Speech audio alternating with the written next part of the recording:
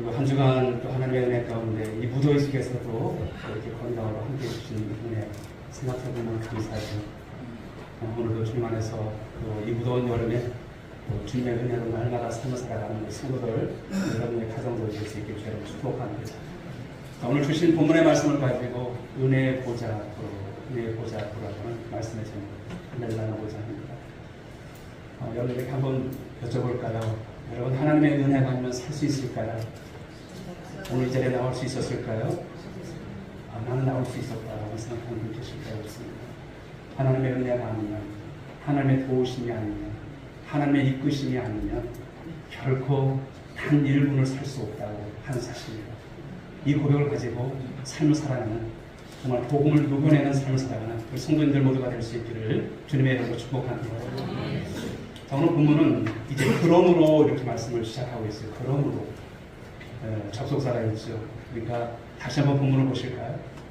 읽어보겠습니다. 시작. 그러므로 우리는 분별하심을 가지고 때를 따라도는 은혜를 얻기 위하여 은혜의 보좌 앞에 담대히 나아갈 것입니다.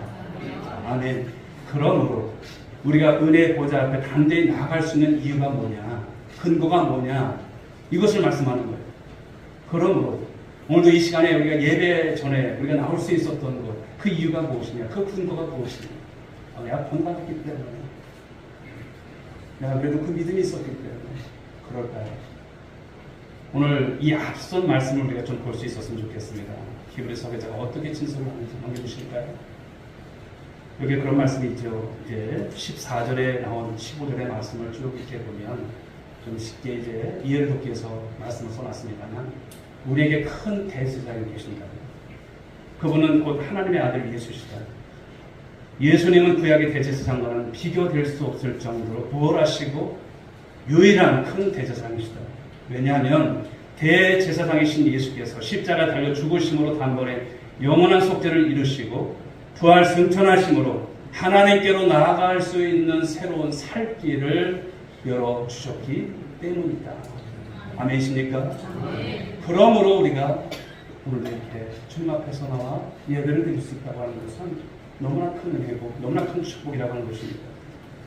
그러므로 우리가 이제는 세상 사람들처럼 산 것이 아니죠. 그 은혜 때문에 은혜의 보좌 앞으로 나아갈 수 있는 길이 열려진 줄 믿으시기 바랍니다. 하나님께 선다는 거죠. 여러분 지금이 구약이라고 한다면, 구약시대라고 한다면 하나님께 설 자 아무도 없어요. 지성소에 들어갈 자가 있으니까 아무도 없어요. 은혜죠. 그러므로 이제는 우리가 예수를 믿음으로 죄사함받고 하나님의 자녀가 된 우리는 누구나 언제든지 은혜의 보좌 앞으로 나아갈 수 있게 됩니다.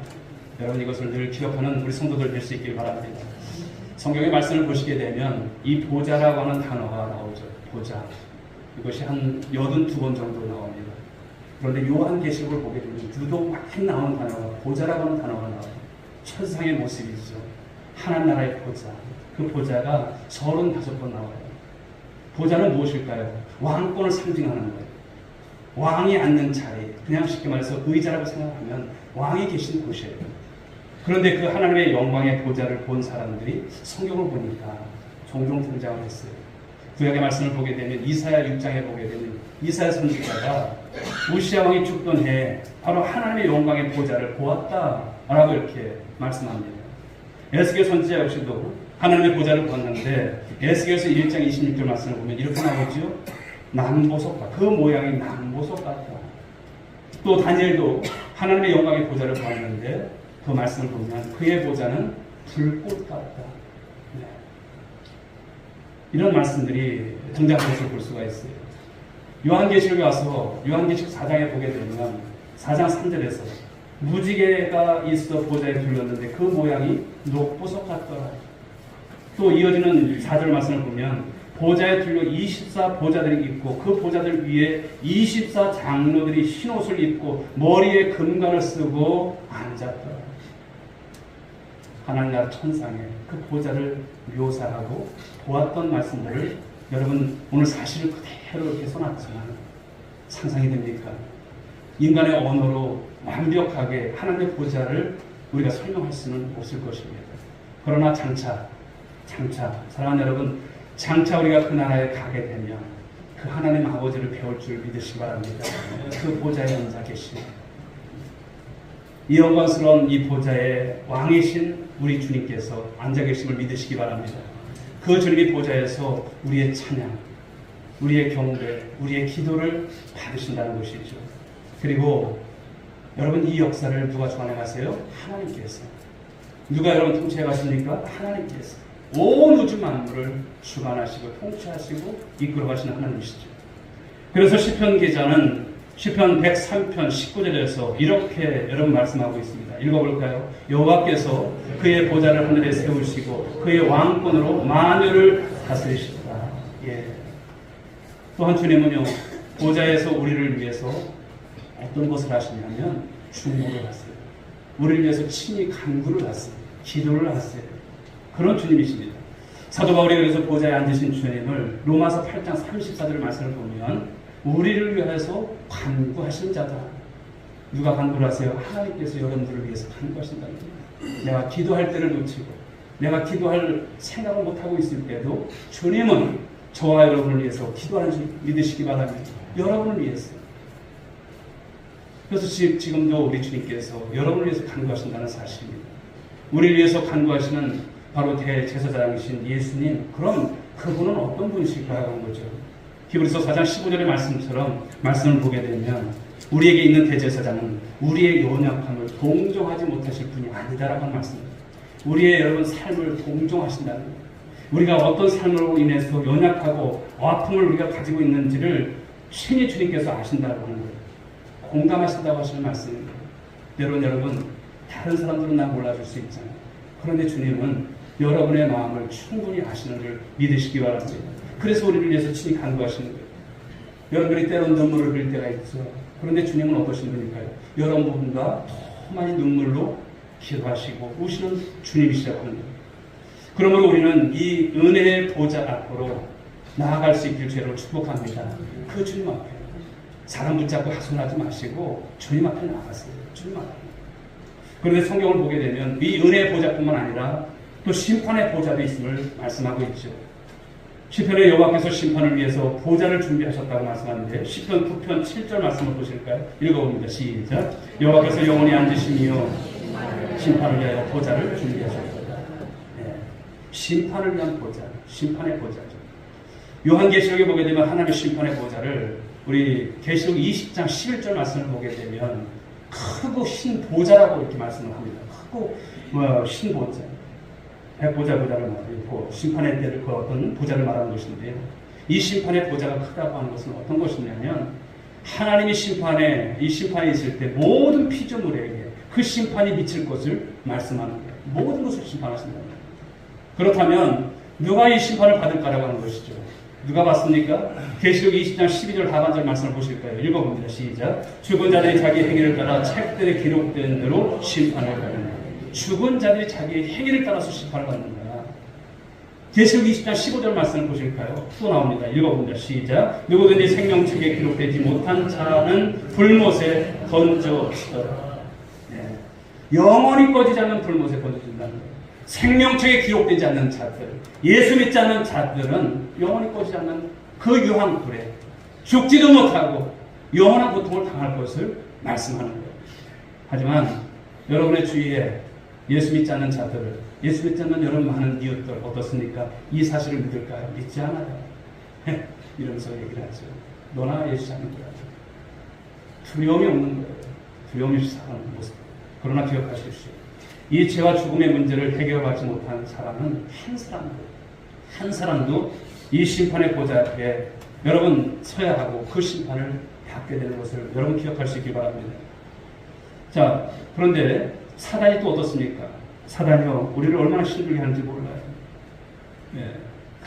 우리가 이제 이 심판의 이제 보좌도 있지만 또 우리가 하나님 앞에서 이제 삶을 살아갈 때 우리는 오늘 히브리서 4장 16절 하반절에서 나오는 말씀을 한번 다시 한번 보시면 은혜의 보좌 앞에 담대히 나갈 것을 또 말씀하고 있습니다. 은혜의 보좌가 있다고 하는 것이죠.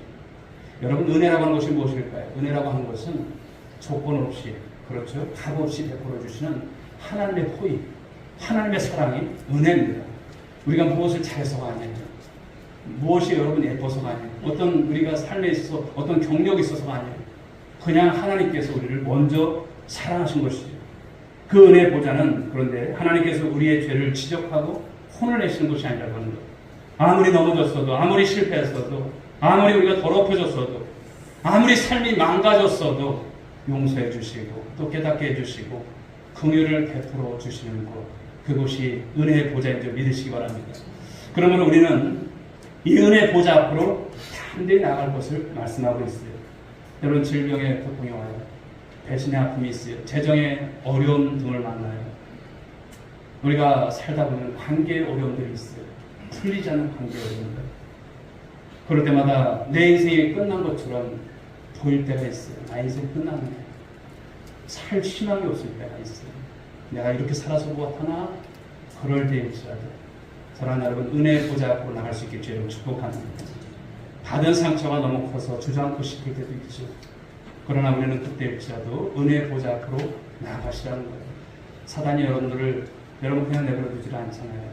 난 네가 어떤 일을 하고 어떤 생각을 하고 어떤 모습 속에서 사는지 내가 너무나 잘 알아. 네가 무슨 하나님의 자녀야. 이렇게 우리의 죄를 까발리고, 그렇죠, 밤낮으로 우리를 참수할지라도 우리는 그럴지라도 하나님의 자녀인 것을 기억하시고 은혜의 보좌 앞으로 나아가는 여러분들 될 수 있길 주로 축복합니다. 그런데 그 은혜의 보좌를 향해서 어떻게 나아가라고 말씀을 하세요? 오늘 말씀을 보니까 히브리서 4장 16절 하반절에서 담대히 나아가라 이렇게 말씀을 하셨어요.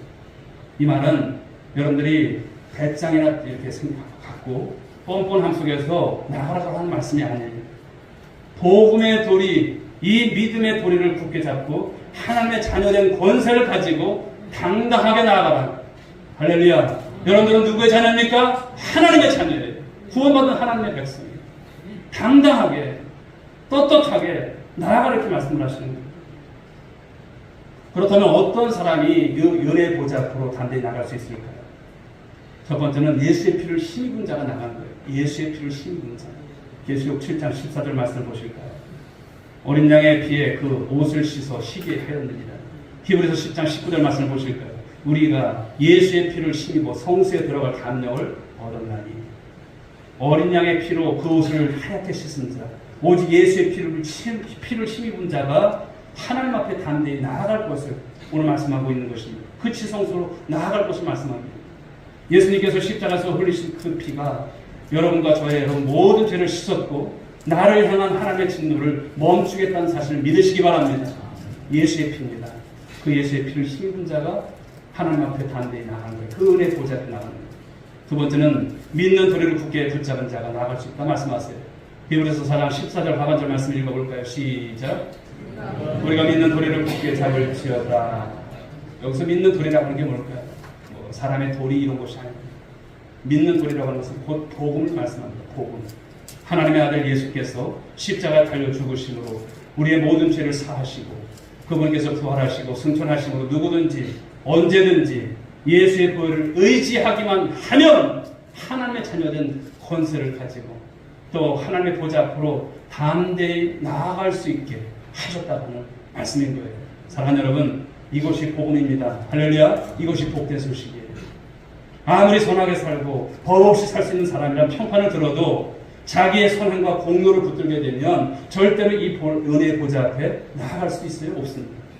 오직 예수의 보혈을 힘입고 복음의 도리를 굳게 잡은 자만이 오늘도 이 은혜의 보좌 앞에 담대히 나아갈 수 있음을 믿으시기 바랍니다. 사단이 여러분 아무리 나를 참수하고 주변 사람들이 나를 아무리 비난해도 내가 초라하게 보여도 나 자신을 보지 마시고 나를 위해서 십자가에서 피 흘려 죽으신 그 예수 그리스도, 그분을 바라볼 수 있길 주의 이름 축복합니다. 여러분 봐야 답 안 나와요. 주님 바라보셔야 되는 거예요. 영광의 보좌에 앉으셔서 나의 아픔에 공감하시고 나를 위해서 중보하시고 기도하시는 그 주님. 오늘도 여러분 예배를 드리면서 나 같은 죄에 살리시는 내가 뭐라고 이런 생각이 들고 내가 뭐라고 그 주님 바라보십시오. 그래야 은혜의 보좌 앞에 여러분 담대히 나가게 될 줄 믿습니다. 그렇다면 왜 우리가 이 은혜의 보좌 앞으로 나가야 할까요? 말씀은 여러분 간단합니다. 먼저 서두부터 나온 것이 아니라 우리가 왜 이렇게 은혜의 보좌 앞에 나가는지 말씀하는데 앞선 말씀 속에서 보게 되면 그러므로 우리는 긍휼하심을 받고 이렇게 말씀하셨어요. 긍휼하심을 받고. 예. 첫째는 바로 긍휼하심을 받기 위해서 은혜 보좌 앞에 나아가라고 하는 말씀인 거예요. 우리가 영광스러운 이 보좌 앞에 나아갈 때 주님은 우리를 비난하거나 우리를 정죄하거나 우리를 판단하거나 우리를 평가하거나 네가 그러고도 이런 말씀하지 않았어요. 나오는 곳으로 주님은 만족하십니다. 나오는 곳으로 주님은 기뻐하십니다. 그래서 우리에게 무엇을 주시니까? 긍휼을 베풀어 주시는 주님이라고 하는 거예요. 여기서 긍휼이 여기다고 한 이 말은요, 헬라어로 보게 되면 내장이라고 하는 이 스플람 크나라고 하는 단어를 씁니다만, 이 긍휼이라고 하는 것은 내장이 흔들리고 뒤틀린 것 같은 아픔을 느끼는 것. 이게 긍휼이에요. 그런데 누가 그렇게? 주님께서 그런 긍휼을 우리에게 베풀어 주신다는 거예요. 이 긍휼이라는 단어가 신약의 우리 복음서만 보면 12번 나옵니다. 그리고 이 말 뒤에는 반드시 어떤 것이 이제 기사가 나오냐면 기적의 어떤 그런 기사들이 뒤따르는 것을 볼 수가 있어요. 자, 그렇다면 이것이 어떤 의미일까라고 하는 것이죠. 예수님께서 인간의 몸을 입고 이 땅에 오셔서 사시는 동안 공생애를 통해서 고통당하는 자, 굶주린 자, 병든 자를 보실 때마다 어떤 마음이 있으셨을까요? 긍휼히 여기시는 마음이 있으셨어요. 긍휼과 자비를 베풀어 주셨어요. 즉 주님의 내장이 흔들리고 뒤틀릴 정도의 아픔을 느끼셨기 때문에 주님은 그런 사람들을 볼 때 그냥 지나치지 않으셨어요. 예수님께서 앞을 보지 못하는 이 두 맹인이 주여 우리를 불쌍히 여기소서 할 때 그렇게 외칠 때 그들을 불쌍히 여기시고 그들의 눈을 만지시고 그들을 여러분 보게 해주신 것을 볼 수가 있잖아요. 예수님께서 나인성 과부가 울면서 아들의 상여기를 따라가고 있을 때 불쌍히 여기사 그 죽은 그 아들을 살리신 줄 믿으시기 바랍니다. 어떤 마음으로? 긍휼히 여기는 마음으로. 예수님 우리가 이 영광스러운 보좌 앞에 나가게 될 때 우리를 긍휼히 여기신다는 점입니다. 왜냐하면 우리가 겪는 모든 아픔과 이 고난과 이 모든 시험 이것을 예수님 친히 다 경험하셨어요. 우리 주님이 어떤 신분인가를 우리가 생각할 수 있고 또 주님께서 우리를 향하신 마음이 어떠한가를 오늘도 생각한다면 사랑하는 여러분, 우리의 인생이 아무리 힘들고 어려울 때 일지라도 은혜의 보좌 앞에 나가셔서 우리 주님의 긍휼을 덧입는 여러분 모두가 될 수 있길 주님을 축복합니다. 여러분 처지만 한탄하지 마세요. 주님 앞에 나가면 되는 거예요. 주님 앞에 나가면. 두 번째는 우리가 은혜의 보좌 앞에 나갈 또 다른 이유는 무엇이냐면 자, 히브리서 4장 16절 말씀 보십시오. 파란 글씨로 써 있습니다. 때를 따라 돕는 은혜를 얻기 위해. 그렇죠. 때를 따라 돕는 은혜를 얻기 위해서 우리는 은혜의 보좌 앞에 나가야 한다. 이 말씀을 주시는 거예요. 사랑하는 여러분, 우리는 누구의 은혜로 구원을 받았습니까? 하나님의 은혜예요. 여러분들이 그 값을 지불하신 분 계세요? 아무도 없어요. 하나님의 은혜죠. 전적인 은혜입니다. 그런데 우리는 어떻게 살아야 할까요? 하나님의 은혜로 우리는 이제 살아가는 삶이 될 줄 믿습니다. 내가 가지고 있는 돈, 내가 가지고 있는 세상의 어떤 여러분 지분들 이것이 아니에요. 하나님의 은혜로 살아가는 거예요. 은혜로 구원받기 이전에 우리는 어땠을까요? 하나님의 은혜가 아니어도 살 수 있는 줄 알았어요. 지금도 우리가 혹시 그런 마음을 갖고 계신 분이 있을까요? 절대 못 살아요. 은과 금이 아무리 많아도 여러분 심판의 때 그것이 우리를 보장해 주지 않습니다. 그러나 구원받고 천국의 백성이 되고 난 다음부터는 우리에게 여러분 신겨진 게 뭘까요? 은혜 없이는 살 수 없는 것이다. 은혜 없이는 우리 가정도, 은혜 없이는 우리 교회도, 이 나라 이 민족 없다고 하는 것이 여러분 바로 결론 아니겠습니까? 그것을 보여주는 사례가 성경을 보니까 약속의 땅 가나안이에요. 가나안 땅, 하나님께서 여러분 어떤 땅으로 묘사를 했습니까? 젖과 꿀이 흐르는 땅이라고 했어요. 그런데 그 가나안 땅은요, 하나님께서 때를 따라 이른 비와 늦은 비를 내려주시지 않으면 용서됩니까? 되지 않는 거예요.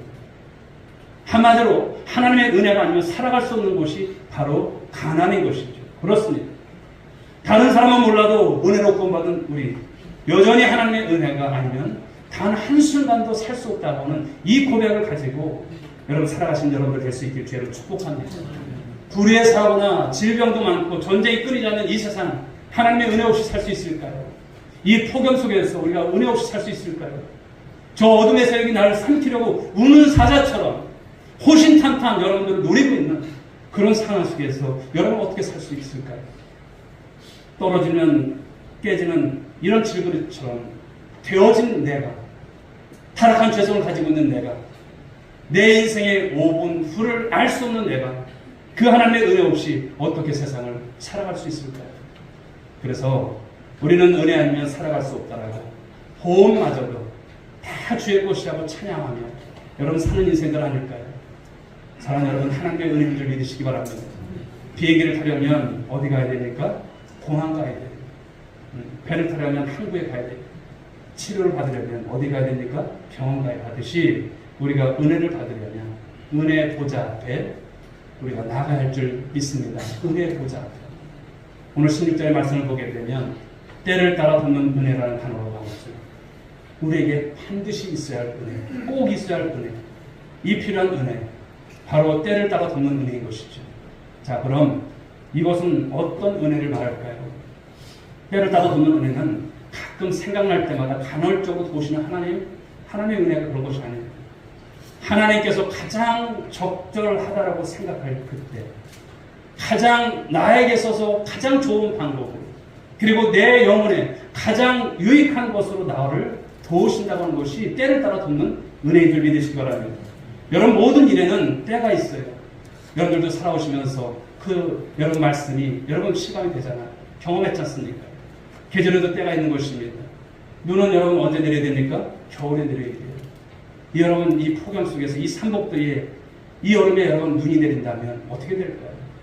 사람에게도 때가 있습니다. 공부할 때가 있고 결혼할 때가 있고 헤어질 때가 있고 모든 사명을 감당하고 죽을 때가 있어요.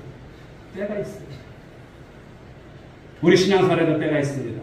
그래서 하나님은 감당하지 못할 시험 방황을 허락하지 않으신다 이렇게 말씀하셨어요. 아브라함에게도 처음부터 독자 이삭을 바치라고 말씀하지 않으셨어요. 독자 이삭을 바칠 수 있는 믿음이 되어졌을 때 하나님께서 그에게 말씀하시죠. 기도에도 여러분 응답의 때가 있음을 볼 수가 있습니다. 그래서 내가 하나님 앞에서 원하는 시간이니까 이때 주십시오. 이것이 아니라 하나님께서 원하시는 가장 적절한 때 주신다는 것이죠. 내 소원이 아니라 내 영혼에 가장 유익이 되는 것으로 응답하시는 하나님이신 것을 믿으시기 바랍니다. 하나님은 여러분들이 원한다고, 여러분들이 기도한다고 무조건 응답해 주시는 분이 아니세요. 가장 적절한 때 내 영혼에 가장 유익한 것으로 응답해 주시는 분이 하나님이세요. 물론 이 말은 하나님께서 기도에 대해 있어서 인색하신 분일까요? 아니에요. 부의 주시고 넘치도록 주실 수 있는 분이 하나님이세요. 가장 좋은 것을 주시는 하나님이십니다. 베드로는 우리를 부르신 하나님을 베드로전서 5장 10절에서 보면 모든 은혜의 하나님이라고 했어요. 우리 하나님은 모든 은혜의 하나님이신 것을 믿으시기 바랍니다. 여기서 모든은요, 우리가 처해 있는 모든 상황, 모든 세대, 모든 시간을 말씀하는 거예요. 그러므로 우리 하나님은 어떤 사람이든지 어떤 처지에 있든지 은혜를 베푸실 수 있는 바로 모든 하나님, 모든 은혜의 하나님이신 것을 믿으시기 바랍니다. 그렇지만 사랑하는 여러분, 때를 따라 도우시는 하나님의 모든 은혜가 내가 원하는 기도의 응답에만 있는 것이 아니에요. 고난이 사라지고 질병에서 고침을 받고 부유하게 되어지고 이런 것만이 은혜일까요? 아닌 거예요. 때로는 우리가 원치는 않지만 견디라고 주시는 은혜도 있어요. 견뎌. 때로는 하나님께서 거절하실 때도 있더라고요. 거절하세요. 사도 바울이 여러분 질병을 위해서 기도했지만 내 은혜가 네게 족하다 말씀하잖아요. 거절을 하세요. 그러나 그런 가운데서도 사도 바울은 어떻습니까? 주의 복음을 위해서 그 달려갈 길을 마치는 일에 있어서 조금도 여러분 두려워하지 않고 가는 것을 볼 수가 있어요. 무조건 응답받는 것, 모든 것이 잘 되고 이런 것이 아니에요. 때로는 거절도 있고 때로는 견디라고 하시는 말씀도 있어요. 하나님에 대해서 여러분 섭섭합니까? 아니죠. 내가 오늘도 주님 앞에 나와서 내가 때로는 병든 가운데서 예배를 드리는 것이 은혜인 줄 믿으시기 바랍니다. 분명한 것은 우리가 긍휼하심을 받고 때를 따라 돕는 은혜를 얻기 위해서 여러분 그 은혜의 보좌 앞에 나아가서 오래오래 머문다면 하나님의 보좌의 영광의 강체가 우리를 비추는 줄 믿으시기 바랍니다. 그러면 여러분 가운데 있는 어둠의 영이 떠나가요. 할렐루야. 어둠의 영이 떠나가고 불안과 두려움이 사라지고 여러분 안에, 여러분의 가정 안에 평강이 임하게 될 줄 믿으시기 바랍니다. 그러면 어떻습니까? 주님 안에서 사는 것이 여러분 너무나 기쁜 거예요. 용서할 수 없는 사람이 용서가 되는 거예요. 나 같은 게 뭐라고 여러분 주님 잡습니까? 주님께서 나를 용서하실 여러분 우리가 돼서 용서받았습니까? 그렇지 않잖아요. 주님께서 우리를 어떻게 용서해 주시는지 알게 될 것이죠. 이제 말씀을 맺도록 하겠습니다. 혹시 여러분 중에 넘어지신 분이 계실까요? 여러분 가운데 여러분 나는 실패한 인생이라고 생각하시는 분이 계실까요? 내 인생이 이것밖에 안 되는 것 같고 그때를 따라 돕는 은혜를 얻기 위해서 오늘도 은혜 보좌 앞에 담대히 나갈 것을 우리 주님께서 말씀하셨습니다. 그래서 사랑하는 귀한 종들이 이 말씀을 기억하고 살아갈 수 있기를 원합니다. 인생 살이가 얼마나 힘들고 어렵습니까? 함께 공동체를 세워나갈 때도 얼마나 지치고 힘듭니까? 그러나 하나님의 은혜가 오늘도 충만히 임하게 하여 주옵소서. 그 긍휼하심을 받는 저들 되게 하여 주옵소서. 때를 따라 돕는 은혜를 오늘도 얻는 우리 모든 성도들 되게 하옵소서. 은혜의 보좌 앞에 있습니다. 오늘 사랑하는 성도들이 다른 것을 염려하지 않게 하시고 그냥 주님 앞에 나가는 저희 모두가 되어줄 수 있도록 인도해 주셔서 이 모든 것을 통해서 오늘 말씀의 성취를 경험케 하옵소서. 인도하실 줄 믿사옵고 예수님의 이름으로 기도리옵나이다. 아멘.